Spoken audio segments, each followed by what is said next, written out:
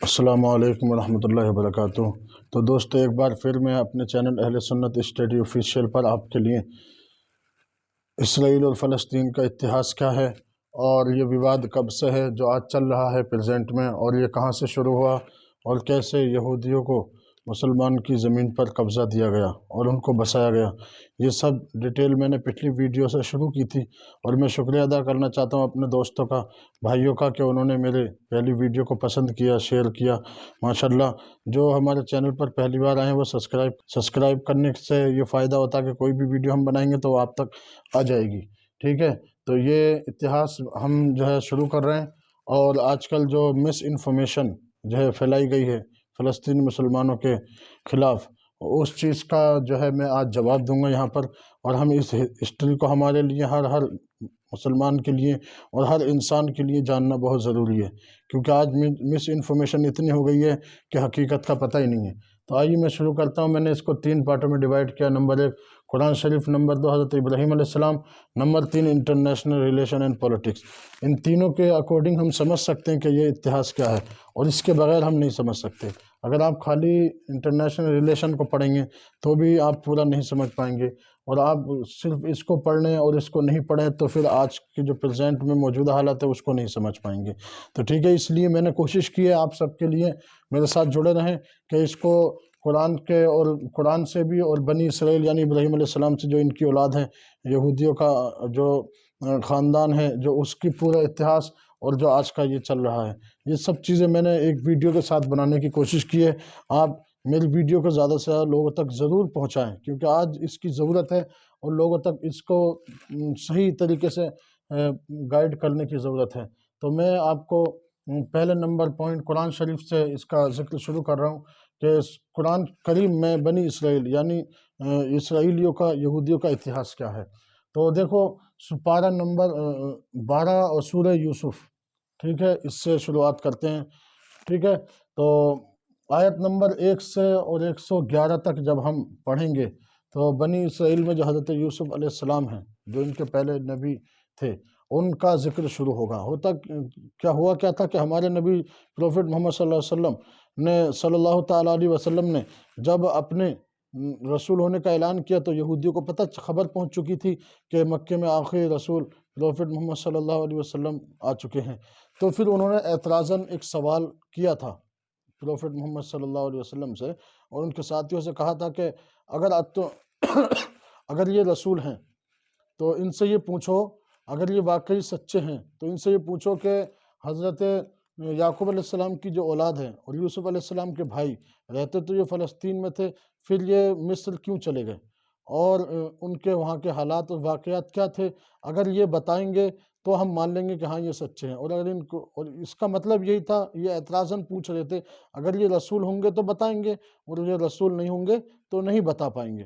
جب یہ خبر ہمارے نبی پاک صلی اللہ علیہ وسلم پر پہنچی تو اللہ پاک نے قرآن پاک کی وحی نازل فرمائی، اور وحی اس پر آتی ہے جس پہ جو رسول ہوتا ہے۔ اور وہ وحی کیا تھی؟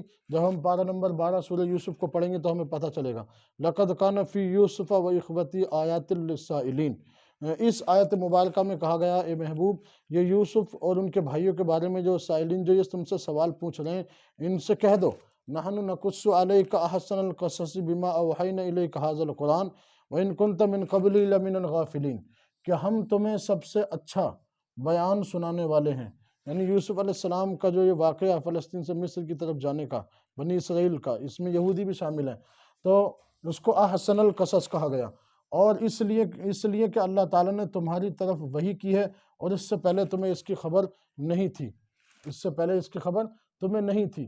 جب یہ خبر حضرت یوسف علیہ السلام کے واقعے کے بارے میں ہمارے نبی کریم صلی اللہ علیہ وسلم کو اللہ تعالیٰ نے جو ہے وحی نازل فرمائی، پھر آگے ہم جب پڑھیں گے کہ کیسے وہ گئے تو اس میں بیان کیا گیا ہے وَجَاءُوا عَلَىٰ قَمِيصِهِ بِدَمٍ كَذِبٍ، یعنی حضرت یوسف علیہ السلام کے جو بھائی تھے، یعقوب علیہ السلام جو ہے یوسف علیہ السلام سے بہت پیار کرتے تھے، تو یہ جتنے بنی اسرائیل تھے سب بھائی 11، تو یہ سب حسد کی وجہ سے اتنا حسد ان کا ہو گیا کہ یوسف علیہ السلام کو یہ کنویں میں ڈال کر آ گئے تھے وہ، اور اس کو قرآن میں بیان کیا گیا وَجَاءُوا عَلَىٰ قَمِيصِهِ بِدَمٍ كَذِبٍ، یعنی انہوں نے کنویں میں ڈالا، اور پھر حضرت یوسف علیہ السلام کی جو قمیص تھی، جو ان کا کرتا تھا، یہ لے آئے وہاں سے نکال کر۔ اور اس پر ایک جانور کو ذبح کیا اور جھوٹا خون کا دھبا لگا دیا تاکہ کہہ دے کہ اپنے والد سے کہ والد یوسف کو کوئی بھیڑیا یا کوئی جانور کھا گیا ہے۔ لیکن ان کا فریب کیا تھا؟ فریب یہ پکڑا گیا کہ جو یہ کرتا لے کے گئے تھے، جب اگر جانور کوئی حملہ کرے گا تو قمیص پھٹے گی، لیکن وہ قمیص پھٹی نہیں تھی، وہ تو سیدھی کی سیدھی تھی۔ تو حضرت یعقوب علیہ السلام اس قمیص کو قریب تو آپ کافی صدمہ ہوا اور آپ روئے، ٹھیک ہے، ان کے فراق میں جب آپ روئے تو پھر انہوں نے سب یہ کہا، لیکن قرآن نے کیا کہا آگے؟ وَشَرَوْهُ بِثَمَنٍ بَخْسٍ دَرَاهِمَ مَعْدُودَةٍ وَكَانُوا فِيهِ مِنَ الزَّاهِدِينَ۔ ان لوگوں نے چند سکوں کے بدلے جو ہے ان کو بیچ دیا، ان کو جو ہے بیچ دیا۔ اور بیچا کیسے تھا کہ جس کنویں میں ڈال کر آئے تھے وہاں ایک قافلہ آیا جو مصر کی طرف تجارت کے لیے جا رہا تھا، ٹھیک ہے، تو قافلے میں سے ایک جو مسافر تھا وہ پانی لینے کے لیے اس کنویں پر آیا جہاں ان کے بھائی جو ان کو چھوڑ کر کے گئے تھے۔ تو اس نے رسی ڈالی، اور رسی ڈالی تو دیکھا کہ رسی کے ساتھ پانی تو نہیں، ایک لڑکا خوبصورت آ رہا ہے، اور آپ کی عمر اس وقت 17 سال تھی، اور اللہ تعالیٰ نے آپ کو بے تحاشا نور اور ماشاءاللہ بہت خوبصورتی عطا فرمائی تھی۔ تو وہ خوش ہوا، اور وہ خوش ہونے کے بعد اس نے جو ہے حضرت یوسف علیہ السلام کو چھپا لیا کہ واہ کیا خوبصورت بچہ ہے، اور میں اس کو جا کے بازار میں بیچوں گا۔ لیکن وہاں ان کے جو اور دوسرے بھائی تھے ان کو خبر پہنچی تو انہوں نے جو ہے چند سکوں میں ان کو بیچ دیا۔ پھر جب ہم آگے اس کو پڑھیں گے تو بھی ہمیں پتہ چلے گا، آیت نمبر 18، 19، 20، 21 یہ سب آیتیں آپ پڑھیں تو آپ کو میجر جو انفارمیشن ہے کہ کہاں سے کہاں تک پہنچے وہ سب آپ کو جو ہے پتہ چل جائے گا، ٹھیک ہے۔ وقال الذی اشتراہ من مصر لامرأۃ اکرمہ، اس سے آگے بھی بیان ہے کہ جب یہ مصر لے گئے تو وہاں پر ریان بن ولید وہاں کا بادشاہ تھا، اس نے خرید لیا، ٹھیک ہے۔ اب آگے میں اپنے پوائنٹ نمبر 2 پہ چل رہا ہوں، یہ قرآن کے حوالے سے ہو گیا۔ تو جب یہ جواب ان کو مل گیا، یعنی ہمارے نبی کریم صلی اللہ علیہ وسلم نے ان کو یہ جواب عطا فرما دیا کہ کیسے کیسے واقعہ پیش آیا، کیسے یوسف علیہ السلام اور بنی اسرائیل مصر گئے، تو جب ان کو پروفٹ محمد صلی اللہ علیہ وسلم نے بتا دیا تو ان کا سوال کیا تھا؟ اگر یہ رسول ہوں گے تو بتائیں گے، اور رسول نہیں ہوں گے تو نہیں بتا پائیں گے۔ لیکن یہاں ہوا کہ ہمارے نبی نے یہ خبر ان کو صحیح سنا دی، اور جب یہودیوں کو یہ پتہ چلا کہ پروفٹ محمد صلی اللہ علیہ وسلم نے یہ خبر سنا دی اور بتا دیا ہے سارا معاملہ، تو مجھے آپ بتائیں، فیصلہ کریں کہ اب ان کو ان پر آخری رسول پروفٹ محمد صلی اللہ علیہ وسلم ہے تو ان کو ایمان لانا چاہیے تھا کہ نہیں چاہیے تھا؟ وہ خود یہودی جو عالم تھے وہ خود اس کو کہتے تھے کہ یہ کوئی دنیا کا علم نہیں، قدسی علم ہے، قدسی علم ہے، ٹھیک ہے۔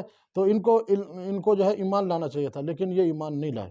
ہوتا کیا تھا؟ ابراہیم علیہ السلام کی نسل میں جتنے نبی اور رسول آئے، تو جب وہ رسول اور نبی آتے تھے تو ہر قوم اور ہر ان کی اولاد جو اس پر ایمان لاتی تھی، ان کا کلمہ پڑھتی تھی۔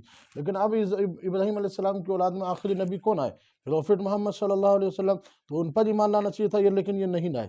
تو جب ان پر ایمان نہیں لائے، محمد صلی اللہ تعالیٰ علیہ وآلہ وسلم پر جب یہ ایمان نہیں لائے، انہوں نے انکار کر دیا، تو حقیقت میں انکار انہوں نے محمد صلی اللہ علیہ وسلم کا نہیں کیا، یعنی انہوں نے حضرت ابراہیم علیہ السلام کے دین کا انکار کر دیا۔ کیوں؟ کیونکہ جب ان کا ہی دین انہوں نے فالو نہیں کیا تو اب آخری رسول یہ ہیں تو پھر ان کا بھی انکار لازم آئے گا نا۔ اور پھر انہوں نے حضرت اسحاق علیہ السلام کے دین کو چھوڑ دیا، یعقوب علیہ السلام کے دین کو چھوڑ دیا۔ تو جب یہ ان کے دین کے پیروکار ہی نہیں رہے تو آج پھر یہ کس منہ سے کہتے ہیں کہ ہماری وہ زمین ہے؟ کیونکہ پرومس لینڈ تو ان کے لیے نا جو ان کے پیروکار تھے، جو ان کے ایمان لائے۔ وہ تو ابراہیم علیہ السلام کے زمانے اور بھی ان سے جو ایمان نہیں لائے تھے وہ لوگ بھی رہتے تھے، لیکن یہ زمین انہی کے لیے ہے جو ایمان والے تھے۔ تو انہوں نے جو ہے انکار کر دیا، اور جب انکار اب ہو گیا تو پھر اب ان کا کوئی حق نہیں ہے۔ بس یہی چیز میں قرآن سے آپ کو بتانا چاہتا تھا۔ آگے حضرت یعقوب علیہ السلام اور بنی اسرائیل کا میں ذکر کر رہا ہوں، یعنی ان کا اتہاس کیا ہے۔ تو یعقوب علیہ السلام نے 4 شادیاں کی تھیں، ٹھیک ہے۔ ان کی بیوی تھی لیا، اور دوسری تھی بلہا، تیسری تھی راحل، اور چوتھی تھی زلفا۔ انٹرسٹڈ بات یہ ہے یہاں پر کہ راحل جو ہیں جن سے حضرت یوسف علیہ السلام پیدا ہوئے، تو پارٹ نمبر 35 کے اندر جینیسس میں بھی ایگزیکٹ یہی انفارمیشن موجود ہے جو قرآن کے اندر موجود ہے۔ اب آپ اندازہ لگا سکتے ہیں کہ قرآن نے جو ان کے آنے کی تصدیق کی ہے، جو ان کا بیان کیا، اس کا مطلب یہی ہے کہ قرآن سچا ہے اور آخری رسول پروفٹ محمد صلی اللہ علیہ وسلم سچے۔ تو پھر ان پر ایمان گیا، فرض ہوگا جب ان پر ایمان نہیں لائیں گے تو یہ ایمان والے نہیں کہلائیں گے، ٹھیک ہے۔ تو جب حضرت یوسف علیہ السلام جو ہے راحل کے وطن اقدس سے پیدا ہوئے، تو حضرت یوسف علیہ السلام 1906 میں پیدا ہوئے اور 1786 میں انتقال کر گئے، اور 120 سال کی آپ کی عمر ہوئی۔ اور آپ کہاں پیدا ہوئے؟ ہبرون میں پیدا ہوئے یوسف علیہ السلام۔ بنی اسرائیل میں سب سے پہلے آپ علیہ السلام کو جو ہے نبوت اللہ تعالیٰ نے عطا فرمائی۔ اور 17 سال کی جب آپ کی عمر ہوئی تو آپ کے بھائی کنویں میں ڈال کے آ گئے تھے، تو جب کنویں سے وہ تجارتی قافلہ آپ کو لے کے گیا تو زلیخا کے یہاں پہ آپ پہنچے، ٹھیک ہے؟ تو زلیخا کے یہاں 4 سال رہے، 4 سال کے بعد جو ہے آپ کے اوپر وہاں پر ایک تہمت لگا دی، تو اس تہمت کے سلسلے میں آپ 9 سال جیل کے لیے چلے گئے۔ میں یہاں پر جو ہے اسرائیل کے جو مین ٹاپک ہے اس کی طرف جاؤں گا، تھوڑا تھوڑا میں اتہاس بتا رہا ہوں، باقی آپ ڈیٹیل کو قرآن میں پڑھیں، ٹھیک ہے؟ پھر 30 سال کی آپ عمر ہوئی تو آپ نے بادشاہ کو ایک خواب کی تعبیر بتا دی، یعنی قحط سالی کے زمانے کے بارے میں، تو پھر وہ بادشاہ آپ سے بہت خوش ہوا، آپ کو جیل سے رہا کر دیا اور آپ کو وہاں کا جو ہے اپنا منسٹر بنا دیا۔ پھر جب آپ 40 سال کی آپ کی عمر ہوئی تو پورا بنی اسرائیل جو خاندان تھا آپ کا وہ سب فلسطین سے کہاں آ گئے؟ اب یہ لوگ مصر میں آباد ہو گئے آ کر، ٹھیک ہے؟ تو مصر میں آباد ہو گئے، تو مصر میں جب یہ آباد ہو گئے تو یہ کب تک آباد رہے؟ ان کا گولڈن ایج جو پیریڈ تھا تو وہ 1866 سے 1550 تک رہا، یعنی 316 سال تک ان کا بادشاہی کا اور شاہانہ دور وہاں پر رہا۔ پھر کیا ہوا کہ 1550 میں وہاں کے جو رہنے والے قبطی تھے، قبطی لوگوں نے جو ہے نیشنل موومنٹ کھڑا کر دیا اور کہا کہ یہ جو ہکسوس کنگ راجہ ہے یعنی قوم عمال کا، یہ لوگ باہر کے آئے ہوئے اور انہوں نے ہم پہ قبضہ کر لیا، ٹھیک ہے؟ تو انہوں نے جو ہے ان کے خلاف بغاوت کر دی اور ان کو جو ہے مار بھگایا، ہکسوس کنگ کو جو وہاں کا بادشاہ تھا اس کو جو ہے مار بھگایا، یعنی ریان بن ولید کو ان کو مار بھگایا۔ تو یہ تو سب چلے گئے اور اب بچے یہ بنی اسرائیل، تو ان کو جو ہے قبطی لوگوں نے جو ہے وہاں پکڑ کر کے غلام بنا لیا، کیونکہ یہ پڑھے لکھے لوگ تھے، ٹیلنٹڈ تھے، ان کو پکڑ کے غلام بنا لیا۔ جب یہ غلام بنے تو 1550 سے لے کے 1310 تک یعنی 240 سال ان کا غلامی کا دور رہا، ٹھیک ہے؟ یہ ان کا ہسٹری ہے، اس کو آپ کے لیے جاننا ضروری ہے، ٹھیک ہے؟ تو 240 سال کا غلامی کا دور رہا۔ پھر اب اس سے آگے ان کو غلامی سے کس نے نکالا یہ اگلی ویڈیو میں آپ کے سامنے ڈسکس کروں گا، آپ میرے ساتھ بنے رہیے گا انشاءاللہ تعالی۔ اب آگے number 3 international relation and politics, یہ ٹاپک میں آپ کو بتا رہا ہوں۔ تو 1897 سے 2023 تک کیسے فلسطینیوں کو بسایا گیا، یہ کچھ انفارمیشن میں نے اپنی پچھلی ویڈیو میں بھی دی تھی، آپ پچھلی ویڈیو کو میری ضرور دیکھیں تاکہ آپ کو شروع سے جو ہے کمپلیٹ اسٹڈی کرنے کو مل جائے، ٹھیک ہے؟ تو ہم نے ذکر کیا تھا کہ مڈل ایسٹ میں فلسطین کہاں پڑتا ہے؟ مڈل ایسٹ میں، اور مڈل ایسٹ میں اس وقت کیا تھا؟ اس وقت اوٹومن امپائر کا راج تھا، یعنی یہ خلافت عثمانیہ تھی، اسلامی حکومت تھی، ٹھیک ہے؟ تو سلک روٹ تھا وہاں پر، اور نمبر 3 سوئس کینال تھا، نمبر 4 وہاں پر آئل مل چکا تھا۔ جب پینسلوینیا میں 1847 اور 1860 اور 1910 میں پینسلوینیا، رومانیہ اور عراق میں جب آئل مل گیا تو پھر یہودیوں کو لگا کہ ہمارا جو پرومس لینڈ ہے اب ہم وہاں پر جائیں گے، اور انہوں نے دنیا میں کہیں کیا، پچھلی صدی میں ان لوگوں نے امپیریلزم، نیشنلزم، کمیونزم اور سوشلزم کے نام پر دنیا کو لڑایا بھڑکایا، اور فرسٹ ورلڈ وار میں کروڑوں لوگ مارے گئے، کروڑوں لوگ مارے گئے۔ تو آج یہ جو لڑائی چل رہی ہے یہ کوئی اسلامک آتنکواد نہیں، یہ پولیٹیکل ٹیررزم ہے، اور اس کو سمجھنے کی ضرورت ہے۔ ہمارے مسلمان بھائی بہت سارے لوگ کہتے ہیں کہ یار یہ تو قیامت کا دور آ گیا، اب یہ مسلمانوں کے ساتھ ایسا ہو رہا کہ قیامت کا قریب آ رہی ہے، ٹھیک ہے؟ قیامت کی کچھ نشانیاں تھی وہ پوری ہو گئیں، لیکن ہمیں یہ سمجھنا ضروری ہے یہ کیوں ہو رہا، یہ پولیٹیکل ٹیررزم ہے، ٹھیک ہے؟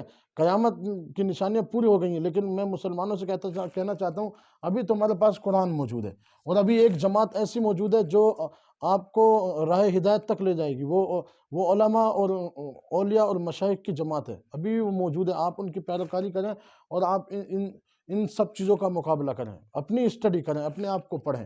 تو ورلڈ زائنسٹ آرگنائزیشن تھی جنہوں نے یہ آواز اٹھائی تھی، Palestine is the national homeland of Jewish, ٹھیک ہے؟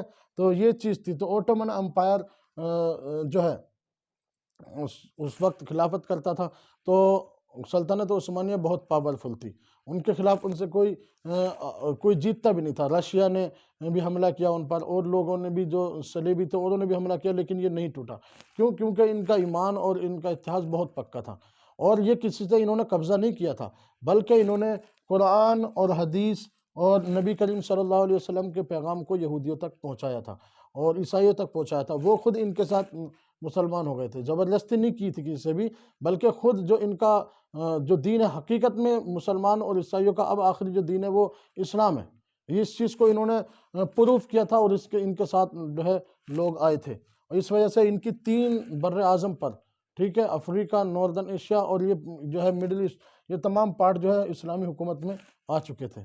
اب میں اس کو، اب آپ پوری ہسٹری جاننا چاہتے ہیں تو 16 فروری 1901 سے 1925 تک کا مڈل ایسٹ میں عرب، جہاں آج عرب ہے، حجاز ہے، ان تمام کا آپ اتحاد ضرور پڑھیں۔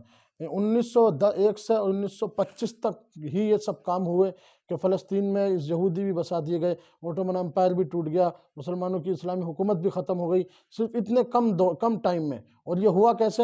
کیونکہ اپنے ہی والے جو لوگ تھے انہوں نے جو ہے بغاوت کر دی۔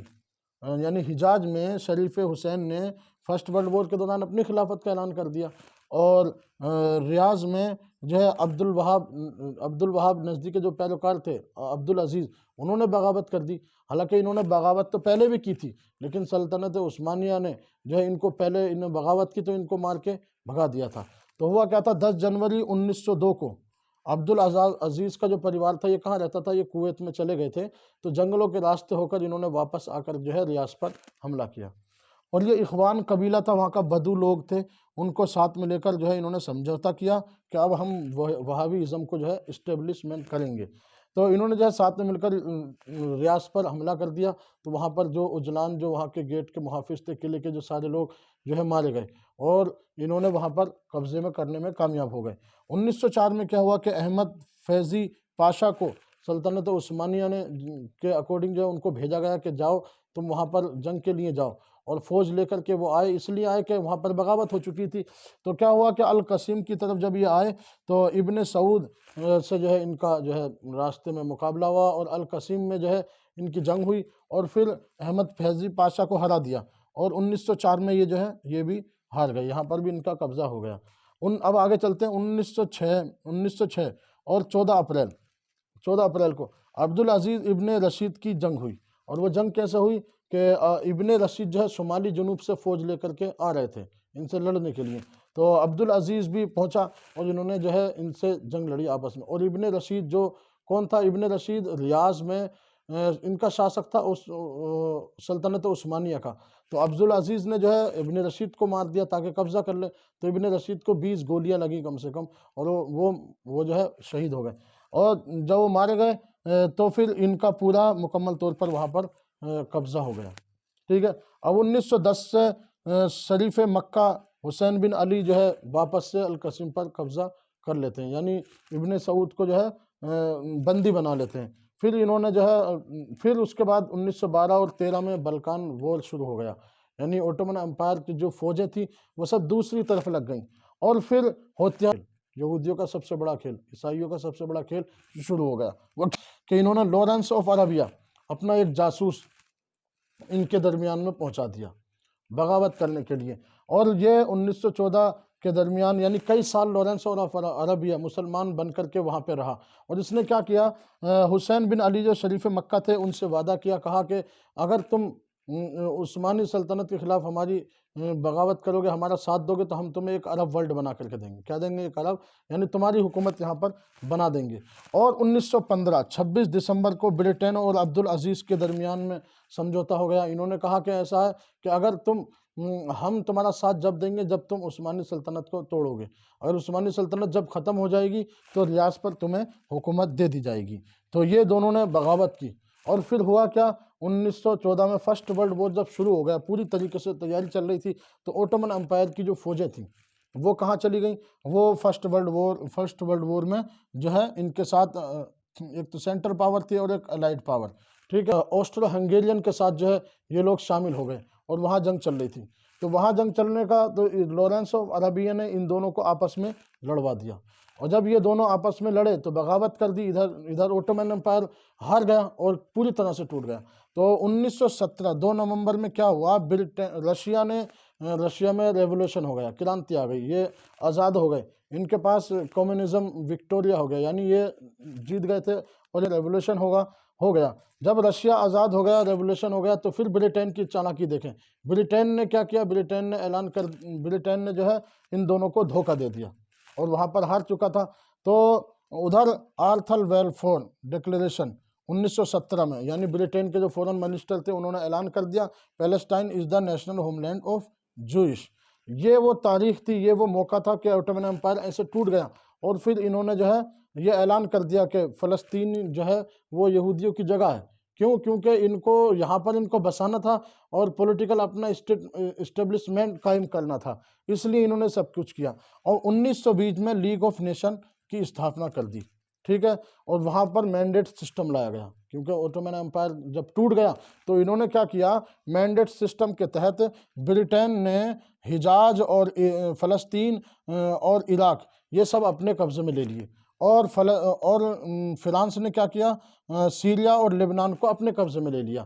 یعنی اوٹومن امپائر جب ٹوٹا تو ان کی راجنیتی آپ دیکھیں کہ انہوں نے مسلمانوں کے جو ملک تھے ان کو آپس میں بانٹ لیا، اور وعدہ کس سے کیا تھا کہ ان کو عرب ورلڈ بنا کے دیں گے، ان کو دھوکہ دے دیا۔ بس یہی چیز ہمیں سمجھنی کی ہے کہ انہوں نے دھوکہ دے دیا۔ اگر اوٹومن امپائر اس وقت نہیں ٹوٹتا تو آج مسلمان اتنے ناحق نہ مارے جاتے، اور نہ انہوں نے بغاوت نہ کی ہوتی تو آج یہ وقت دیکھنے کو نہیں ملتا۔ لیکن یہ آج بھی وقت ہے کہ ہم اس کو ابھی بھی صحیح کر سکتے ہیں، اور یہ آج بھی صحیح ہو سکتا ہے جب ہم اس کو صحیح طریقے سے جانیں گے۔ پھر جو ہے آگے یہودیوں کو کیسے بسایا گیا یہ انشاءاللہ تعالیٰ اگلی ویڈیو میں جو آپ کے سامنے پیش کروں گا، اور اگلی ویڈیو ہماری ہوگی ڈس اپیئرنگ پیلسٹائن، یعنی فلسطین یہاں تک تو پورا فلسطین تھا، پھر 1947 میں ایسا، پھر 1967 میں ایسا، پھر اس کے بعد پورا مکمل طور پر ان کا قبضہ ہو گیا۔ یہ اگلی ویڈیو میں ہم انشاءاللہ تعالیٰ ڈسکس کریں گے۔ ضرورت ہے اس بات کو آج جاننے کی، اور ہر مسلمان کو، کہ یہ مسلمانوں کے ساتھ کیسے دھوکہ ہوا اور کیسے وہ ٹوٹا۔ آئیے اس ویڈیو کو آپ زیادہ سے زیادہ دوسروں تک شیئر ضرور کریں، اور میری اگلی ویڈیو کا آپ انتظار کریں، انشاءاللہ تعالیٰ جلد سے جلد میں آپ تک پہنچانے کی کوشش کروں گا۔ ٹھیک ہے، السلام علیکم۔